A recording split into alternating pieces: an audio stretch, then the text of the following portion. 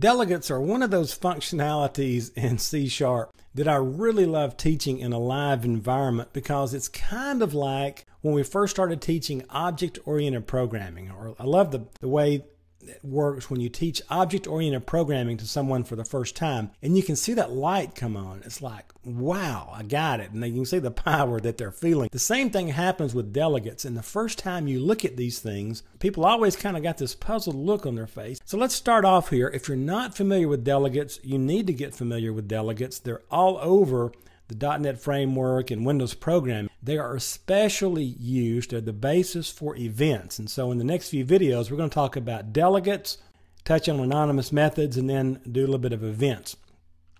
So first, let's answer the question, what is a delegate? Very simple. A delegate is a pointer to a method. A delegate points to a method that has a particular signature. Now keep in mind, we've already talked about a signature is the name of a method, the return type that it has, and then the parameters or the arguments that it takes. All that makes up a signature. And so we create a get delegate. A delegate basically really is like a type, and it encompasses that particular signature. So what can you do with a delegate? Well, I can point it to a particular method. Then I can invoke or call the delegate, and it runs that method.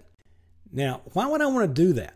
Well, I can decouple code with it. A delegate can point to a method from any class or struct. Now what's really cool about a delegate, let me back up here, is I can then at any time in my code change the method that delegate is pointing to. And so again, out there in my class structure, I can have all these different methods, but then from my client code, I can simply change what methods are being called by doing some if statements or some switch statements or some sort of logic type construct to determine exactly what method I want to call and have my delegates be changed and point to those things. You'll see that a little bit later on in some code here.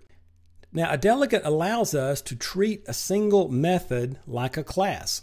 We can pass it as a parameter to other methods. And this is really cool, a delegate can point to multiple methods. Now this is where the real power of events come in with delegates. There's a lot of things about events that are really cool with delegates, but this is one of the big ones because we can basically assign or point different methods to the delegate. And then when we invoke that delegate, all those methods get fired. And this is exactly what's happening in events. This is why we can have multiple events get fired when one thing happens in an application, and that's thanks to delegates.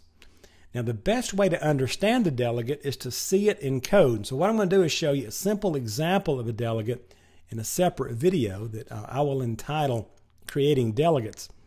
And then from there, we'll go on and start to work with anonymous methods and events. So join me in creating delegates, and you'll see this thing in code, and the light will come on just a little bit and maybe flicker, but once we get into events and you really get your head around events, you're going to see the true power of delegates.